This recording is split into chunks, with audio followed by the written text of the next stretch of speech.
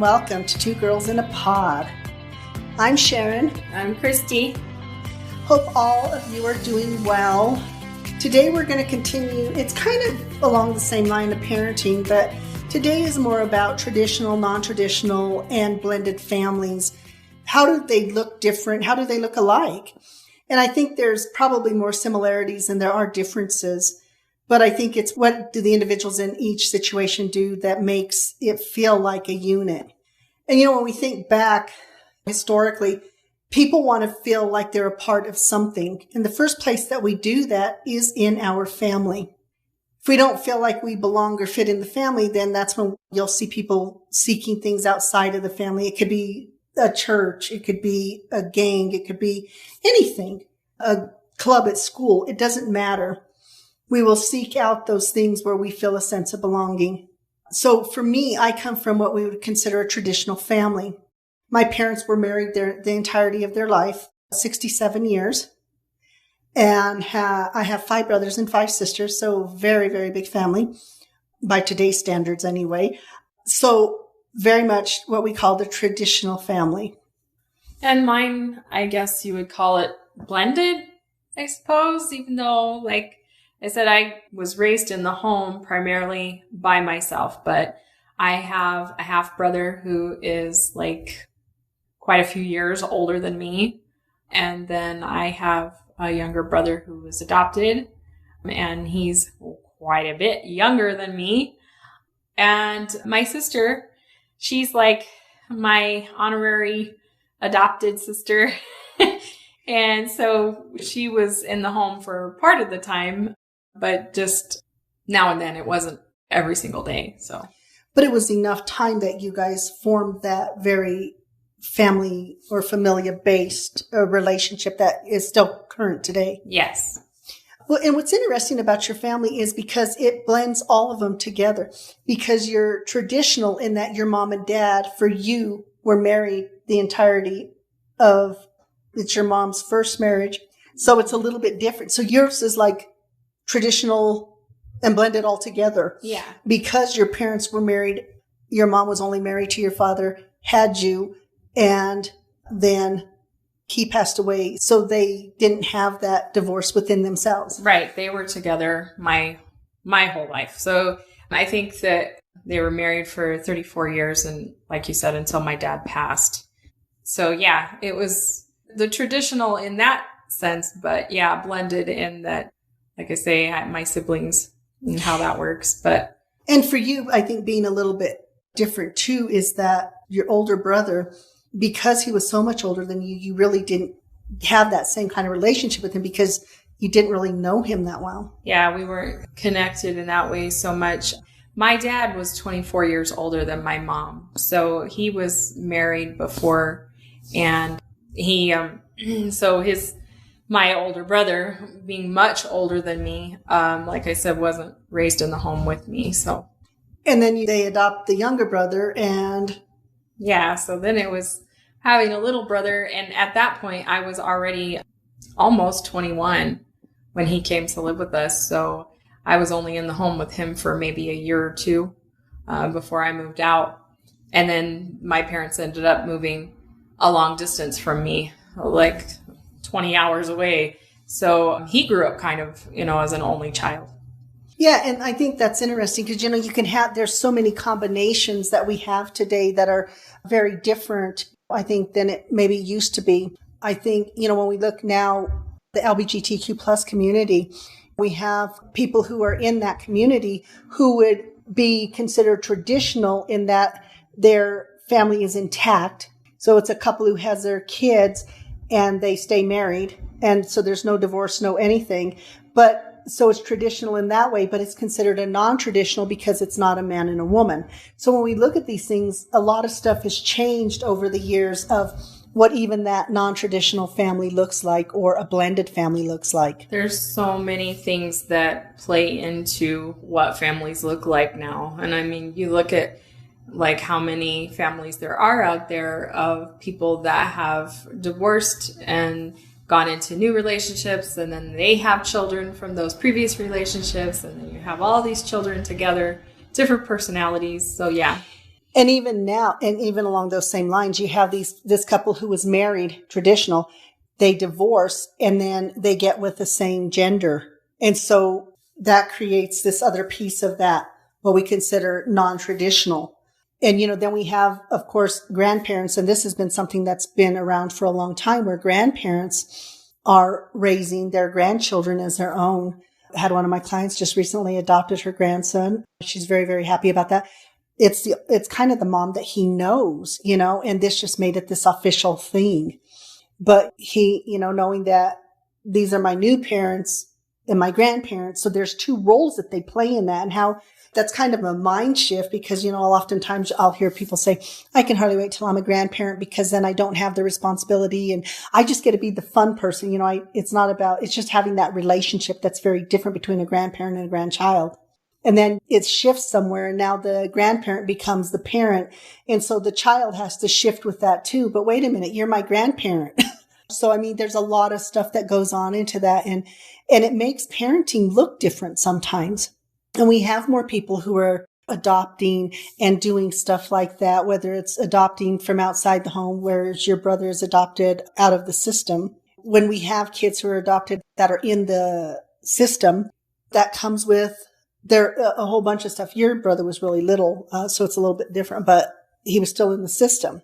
But you have these kids who have been in the system a while, and then they get to, they're 6, 7 years old, but they got in the system when they were 1 or 2, a majority of their life has been in the system. And then, they're adopted into this home and they struggle with that sense of belonging because they didn't belong anywhere before. Because a lot of times, so being in the system, meaning that a lot of times they've been in and out of foster homes and things like that. Fortunately, like you said, my brother came to live with us when he was very young. He was only 18 months. So. Yeah. And I think when you look at that, there's all of these things it adds depth to the relationships, I think, but it can also bring in a lot of stuff that has to be navigated in a different way, because a lot of times, even when you adopt, you don't know everything often about biological parents. Was there mental health illness? Was there just illness in general? You just don't have those same things. So you just kind of do it on faith and you bring them in and you do the best that you can with them. But once again, how do you make, I talked before from early on, we want to belong, and how do we create that space and that sense of belonging for each of the individuals that are in our lives? And, we do that when we marry. You get married, your thing is you're creating, you take, I guess, some traditions or whatever from what you throw out what you didn't want and you get to bring in what you want and create your new stuff and all of that. So even in that, you're blending different cultures, sometimes different ethnic backgrounds, parenting styles, likes, dislikes. Different points of view for sure. And that's one of the things I think that's really important is being on the same page. Because you're coming from two different backgrounds a lot of times, and being on the same page with that person and your parenting styles, and not just that, but like different things that you're going to teach that child. And it's interesting because, if you talk to somebody who's a little bit older, and if they say, oh yeah, my parents gave me the look, they'll be like, oh yeah, that means you didn't misbehave. But you tell that to kids today and they don't that there's difference. There are these slight little variations that are happening. And this is not that one is better than the other. It's nothing like that, because we will change as society and times change. But the thing is that there are some things that are not going to change. When we look at brain development, when we look at social emotional development, those things are very different than what we're talking about with parenting styles. Parenting styles may have to morph and change based on that. But our ages and stages of development, things like that have been around forever, there's some real validity to that. So, but it's still, how do you still work with the same thing of brain development, social emotional development, and all of that with the new surge of things? Our biggest thing that's changed is electronics. The generation that's being born now, they're born into an age of electronics. So it's very different. Because of that electronics, relationships might look different. And once again, it's not a comparison, or it's not saying one is better than the other. It's how do we as adults, and particularly, as a therapist, when I talk with other therapists about this, how do we continue to move with that to help people be the most effective in their parenting, and not just their parenting, but in their relationship development? How do we teach children to talk and verbalize when a lot more they're verbalizing through an electronic?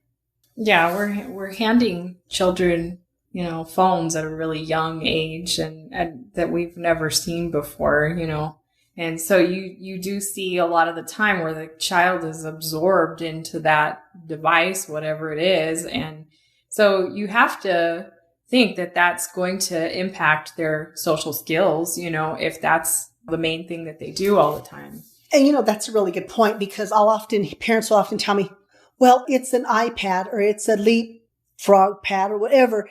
And they're learning. But see, the thing is in learning is that if I'm a person teaching a kid the ABCs, I'm having an interaction with them on a more personal level. So when I'm talking about the A for apple, I can be using facial expressions. I can be doing all this that they're looking at and they're learning all of that stuff. So it's much more in depth than them just learning the alphabet or their shapes or their colors. There's a piece to that you're right, it would be missing, because if, for example, to me, I think a good way to look at it would be you enjoy watching performers and stuff like that on TV. Maybe it's a performer you really like. If they're going to have a show, you're going to want to go and see that. But how much better is it for you when you can go and see them in a live concert? You want to be there because there's an energy and everything that goes with that. It's different than seeing something on a screen. I think it's kind of along the same concept, the same idea. You know that when you're having one-on-one interaction with somebody, it's going to be different than when you're just watching something on a screen. And it's interesting because we've had to, through COVID, we went to telehealth, and a lot of people were there like, oh my God, this isn't going to work, whatever. But in that, there's still an interaction. And that's what I tell people. The person's not sitting there. I'm not recording something that they're watching. We're still having an interaction. We're still having the verbalization. We're still having the facial expression, the laughter, whatever that is. So it's a little bit different. Is it still different than in person? Absolutely. But it's still a connection. When I'm doing something on a screen, when I'm doing trainings and the person isn't really, it's a recorded training or whatever, it does feel that you're right, there's not the energy. You can zone out, anything. Hence why kids do that often. So yeah, and so there's a lot of stuff that we're navigating. And once again, not saying that one is better than the other, or we're not talking about good versus bad or anything like that. Just different, because too, it's even like if you just talk to somebody over the phone, that's good. But I noticed like the few times, because my mom was far away, that we've done like video conversation, that seems to help sometimes in a different way than just talking over the phone even. So it's those different types of interactions, like you said, learning to navigate that, especially through COVID. I've realized that because we've done video calls more and things like that, even with my sister. So it's a different thing. And it's even different because, and Christy knows this, I am not one to text. Okay. The reason why is because to me, it doesn't have that personal feel as much. You can kind of make it as much. I'll call you on the phone. I'll talk with you because then I can hear the changes in your voice, and that helps me. It feels different to me. I have some friends. I love my friend Sandra dearly, and she's one to text, and she knows I'm not. So if there's something that is going to be more than 3 or 4 sentences that I'm not going to do, I'm going to call her up and I'm going to have a conversation. But once again, that's the way in which I feel like I'm making more of a connection. And that's what this is all about, is how do we make those connections within a family unit? Because that connectedness is what is really important. That thing of sense of belonging. And then even with that, one of the other things that will often happen, and we had June on last week, and she talked about being a single parent. Being a single parent is different than having 2 parents sometimes, because sometimes we have 2 parents and one is totally disengaged anyway. So you might as well be a single parent. So that happens too. It doesn't mean that just because there's 2 parents in the household that is more effective than 1 parent, because it's what is that engagement in the system. It's everybody's contribution that makes it that. Exactly. And so once again, when you marry somebody, it's about that connectedness. And through that connectedness, then you build that family unit, whatever that is. But there are different challenges sometimes depending on what that is. June talked about that. Being a single parent, not having that help and assistance she needed, going through, and then through a divorce, you're going through your own emotional stuff, but at the same time, you're expected to parent. So it's how do you navigate the emotional stuff that I'm going through and still at the same time being an effective parent. So that's a struggle. And then you have the poor kids. Now they're in this situation where I have a parent who lives here and I have a parent who lives here. And that thing of being divided, they want to be loyal to both, but it's hard. So now they have to make a connectedness with these two, the parents get with somebody else. Now they're the ones who are being brought into a situation that is very, very different. But yet we expect them to just be okay with it. We expect them because, well, I love Christy, so by golly, they're going to love Christy. No, it doesn't work that way because it's a relationship that is built. As the adults, you're building that relationship with that other adult without the child. Then you just introduce this new person to the child, or this child is still trying to get through this divorce situation, trying to navigate it. And then, when they're acting out and stuff, now the child is being defiant. No, the child is hurting or the child is confused. But as adults, we'll use that. Well, I hear that all the time, that my child's just being defiant. No, your child is trying to give you a message. They're unhappy. Something's not okay with them. And every once in a while, it is them being defiant because they're trying to learn to navigate the rules. And is this real and is this not real? And even in that, I believe parents need to have that relationship with their children. But, I've done this job for a long time. And then, this 1 week here and 1 week there. Think about this. If you, as an adult, were required to go to another house for a week, then to another house for a week and do those rules, then go back to this house and do these rules. Even if at a job, you had to go back and forth. And so could you imagine the chaos that would cause in your head? But yet we expect children to be adaptable to that. And personally, I think that's insane. I think that would be really difficult. I mean, I know I don't adapt to changes easily. I mean, even through the whole thing with COVID, we went from the office working at home. I was kicking against it and I didn't want that. And now we've been going back to the office some of the time, and that is really hard for me. I got used to working at home. So I could imagine having to go back and forth like that would be a real struggle for me. And I'm sure I probably would have acted out too. But it's interesting because you even know based on your personality and based on not liking that change and struggling a little bit more with adaptability. These children at this young age, you're an adult who's been able to identify that, but being a child, you can't identify that sometimes. So that becomes a struggle. So then too, if you don't have the words to say that, you're definitely probably going to act out. And, we talk about that blended family, but we talk about grandparents. And now we're going to talk a little bit about the LGBTQ plus community. When you have two dads or two moms and you're a child being raised by that, thank goodness it is getting better. But this is still a progression. It's still not where it probably needs to be. And that still looked as a little bit different. But I think we're getting better about that because I think kids are looking at sexuality different too, which is, I guess it's the evolution and, everything's always evolving. Well, yeah, you could even see it in general. Like sometimes now you will see commercials that it's a couple that are two female or two male. So, and you never saw that before. So there are some changes that are happening. Yes. And I think it's a good thing because historically when that wasn't happening, that child, even though they may come from a very loving home and have parents who truly love and support them and everything, being in that social construct, once again, that desire to belong, feeling like they don't belong. And you're right. There's so much change to that. And it's good because we need that representation. We need that. And we have more gay and lesbian couples who are having children and raising children.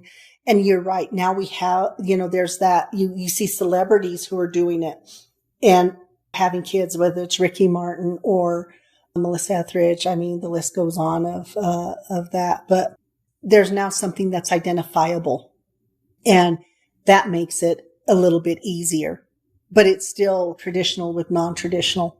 When a kid hears, well, one of the things, and I heard this not too long ago, that, well, if you raise a child in a homosexual home, they're going to be homosexual.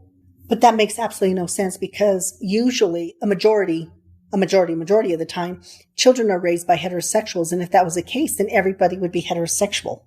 So the logic of that is just really mind blowing. And I had a kid ask me that one day, how is that possible? Then how come, and this is a child who could understand and say, well, this doesn't even make sense.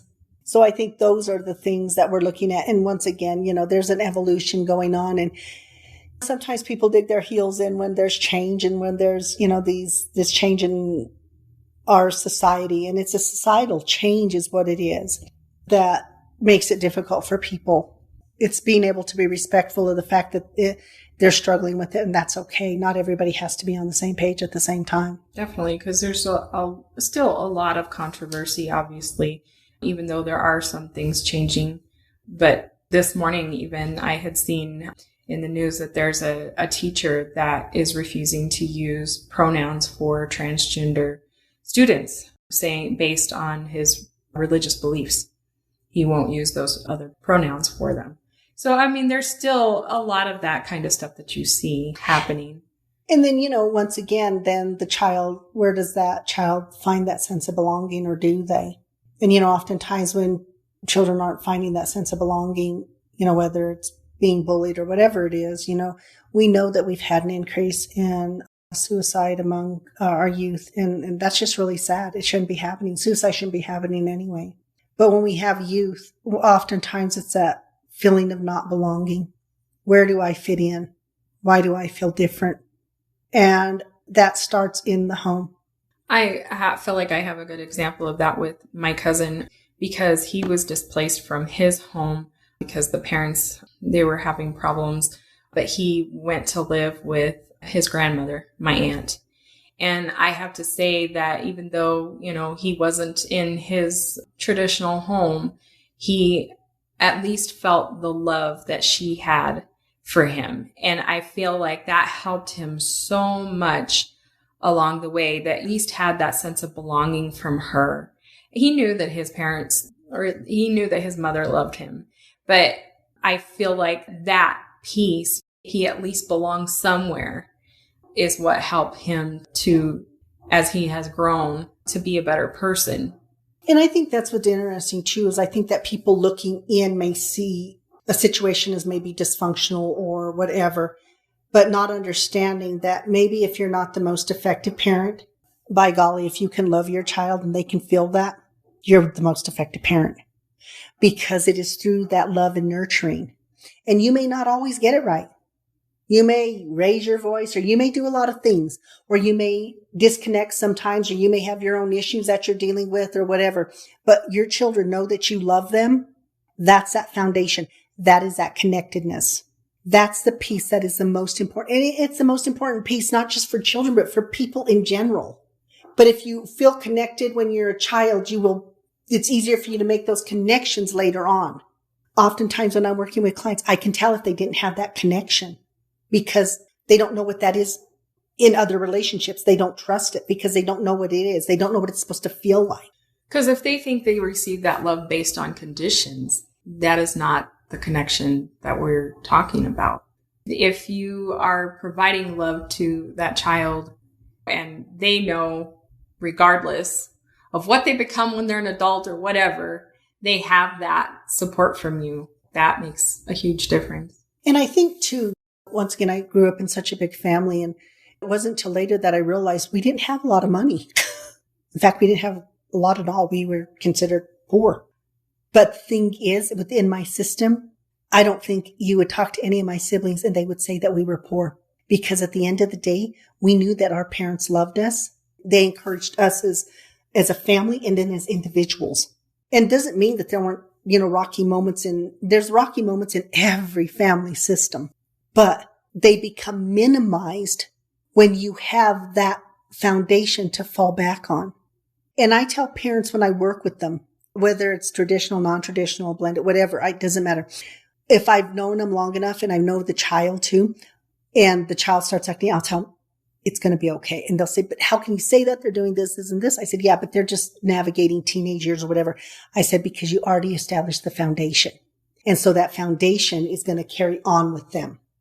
And those are the things that are important, that foundation.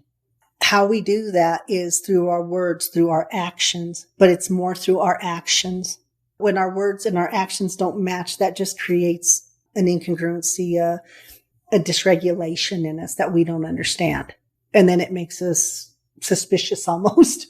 Well, it's confusion when you see somebody, telling you don't do this, but that's the very thing that they're doing. You can tell the difference here because Christy used the word confusion. And then even as I was speaking and saying incongruency and that, I'm thinking, no, what's another good word for that? Because I'm used to, we talk about incongruencies as a therapist and stuff like that. So thanks for that. In my head, I was really thinking that, no, that's not the word I want to use. Well, it is incongruent. Mm-hmm. The behavior doesn't match what you're saying. So that's what causes the confusion. Yeah. The other thing that's really interesting is that even in this, we talked about the LGBTQ plus community. There's also what we call the poly community. So that's more than two parents raising children. It's these relationships that are developing where there might be more than one or two couples living together or, three people or whatever that poly relationship looks like. And then they raise the children, they're raising children too. Once again, it's not a judgment on anybody. Everybody, whether you're raising children, they always say it takes a village, and yeah, it takes a village. Being understanding and helping that child to navigate that because it doesn't fit within the social construct of the norm as society, sees things. So I think thinking about that, keeping that in mind with kids and helping them through that. Absolutely. And, I have poly clients and that's what I'll talk with them about, when if they're deciding to have kids or have kids, how do you help them to navigate this? I don't know why this just came to my head. And maybe it's because I saw this article about this couple who went on a trip and they were all excited because they're nudist. So they actually raised their children nudist too. And it's like, how comfortable would those kids be to say, oh yeah, we're nudist? They probably wouldn't be because it's not a social norm. So when we look at this and we're talking, there is such a wide range of parenting or of family systems. We have blended families. We have military families who sometimes will share their space with another family even because maybe they don't have housing yet or whatever it is. Sometimes it's financial. I saw a meme the other day. Why do we have these families that are blended or what they call it poly? It's because nobody can afford the housing these days. So you have to have more people. You kind of, it's funny, but at the same time, they're like, oh my God, there's some truth to that. Yeah. It takes 7 people to buy a house. I think it's something like that. And it is. It's, and so sometimes people do it. There's so many different reasons that there are the blending of the families and, what we call the traditional family system, you do not see as much. It just doesn't exist. And, once again, we can just look at our divorce rate.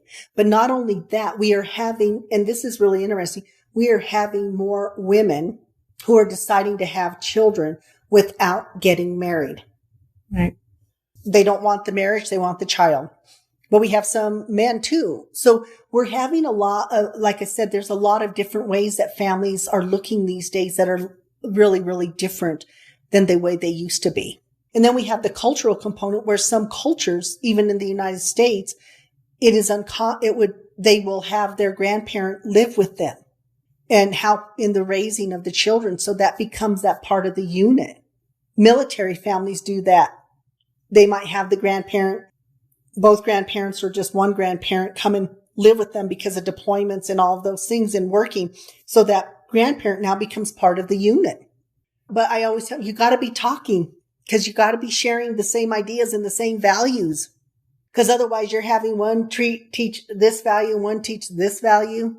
And then the other thing we run into when we talk even about divorces and remarriage and all that is overcompensation.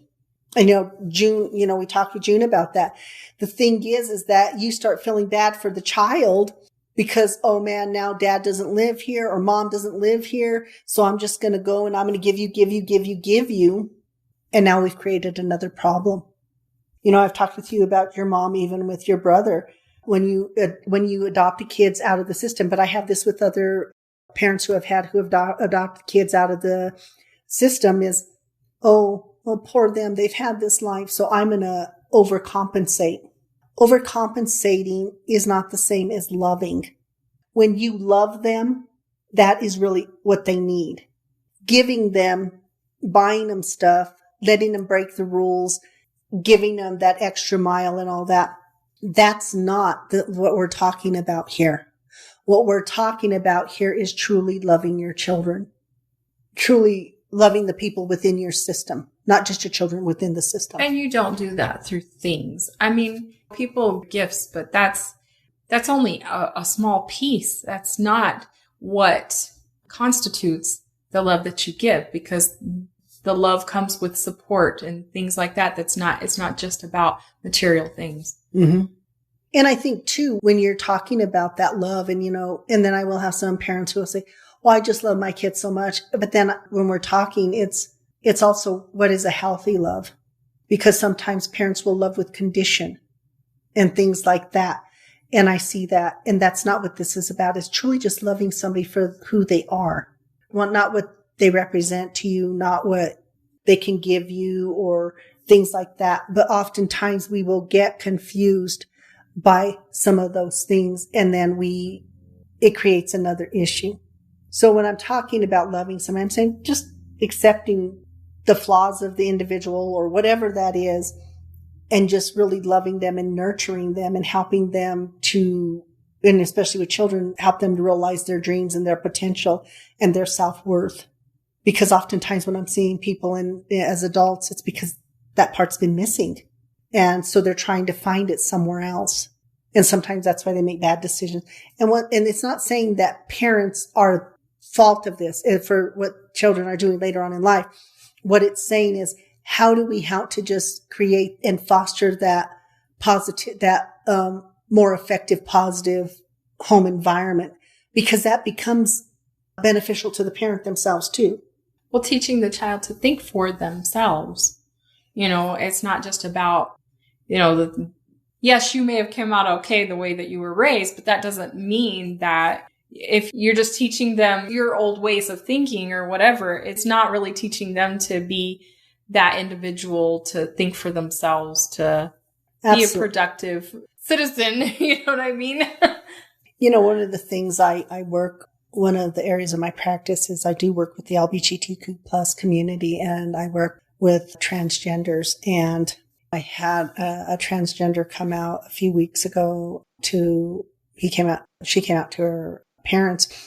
And one of the things, I work with them and these parents are doing the best that they can and trying to navigate this, trying to understand this, and kudos to them. And I was also explaining to my client, I told her, I said, you have to understand, you've been processing this a lot longer than them. So because this has been a part of who you are. And when you come out and tell them, and we talked about mourning the loss of the other one. So I have another transgender and he goes, well, I don't get that. Why would you even do that? So I sat down and had a conversation with them that, when you're born that assigned gender, whatever you want to call it, that's all that parent knows. They don't know what's going on in your head and in your body. They only know what they see. And then so that, now you're 14, 15, 16, 17 years old and you're telling them, no, I'm the other gender.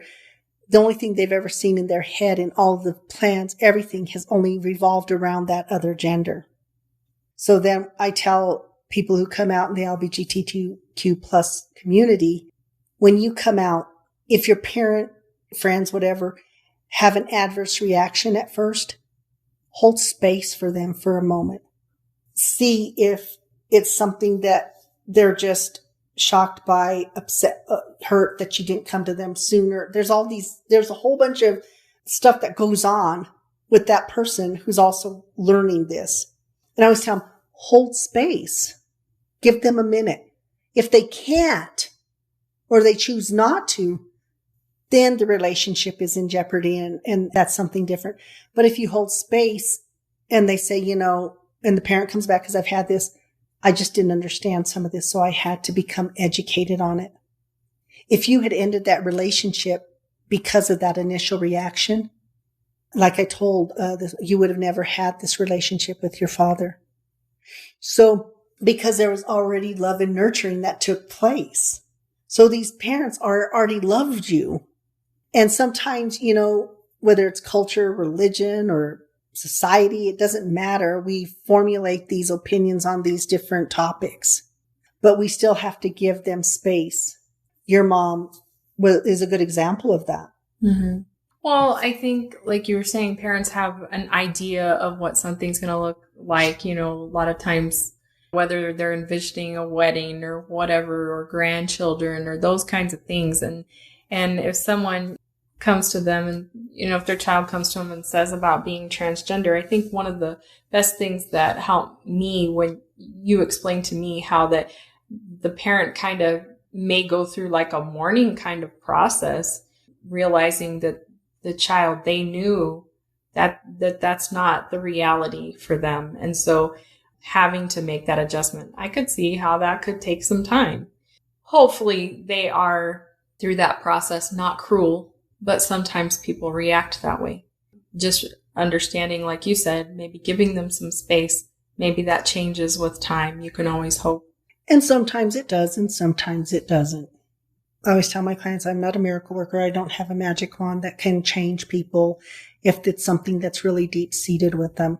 But, kudos to you, Christy, because even with your mom's really strong negative reaction to you coming out to our relationship, you held space for her.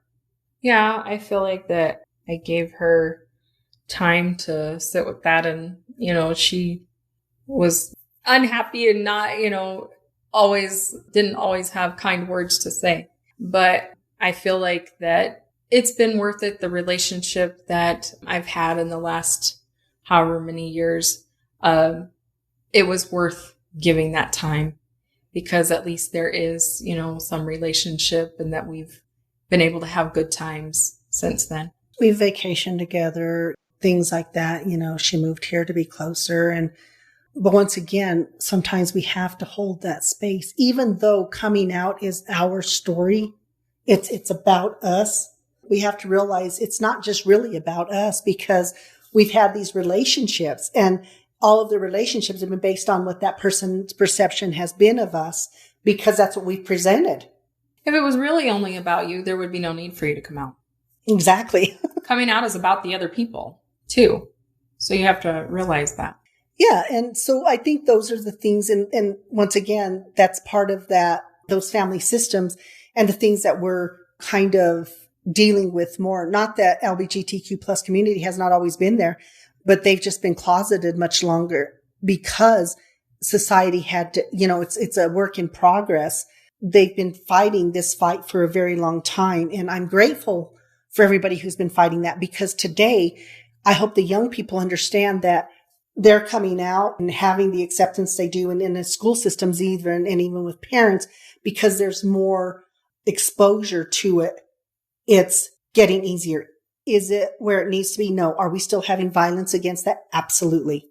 And even like the parents that transgender just came out to them, it was really hard for her to understand. Their concern is for her safety, because they are older and they have the mentality of 20 years ago. Yeah. That's what it was for me, for my brother as well. I was, afraid for him to come out because I didn't want it to be hard on him. He was very young. And so I didn't want people to be cruel to him.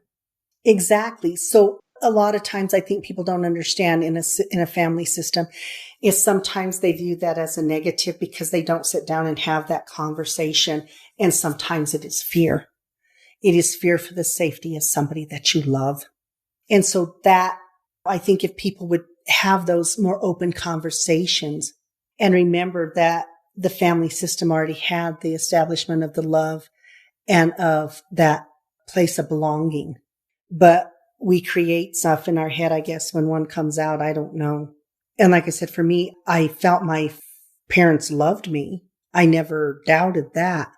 But it was, what would be their reaction because coming from a Latin family, it's a little bit different. There's those cultural components to it. And I always tell Christy, my parents they were older people, but they were way ahead of their time. in their thought processes and their views of the world. And I so appreciate that. And I think that is what has really helped me. And I think a lot of, and all on my siblings too, that were forward thinking. And that doesn't mean that everybody in my family was accepting of me. And that's very different for me because in my world, what was relevant and important was my parents. And then my siblings that were, my sister Alice was the one who I came out to first. And she was just excited for me. And she just wanted me to have somebody in my life that would love me and that I could love. And for me, that was that started that foundation for me of, oh my gosh, it gave me that confidence I needed because of her love for me. And I so appreciate that to this day because that was the first person and there was no negative to it. And then, when I talked with my parents, there was nothing negative about it. And not that my siblings have ever come to me directly and said, this is wrong or whatever, but you pick up on those things. And there were moments, but they were few and far between. So I appreciate that with my family system. I really do. And like I said, my sister Sarah, we were just at her house. She's very accepting of Christy and stuff. But once again, it started with our family system.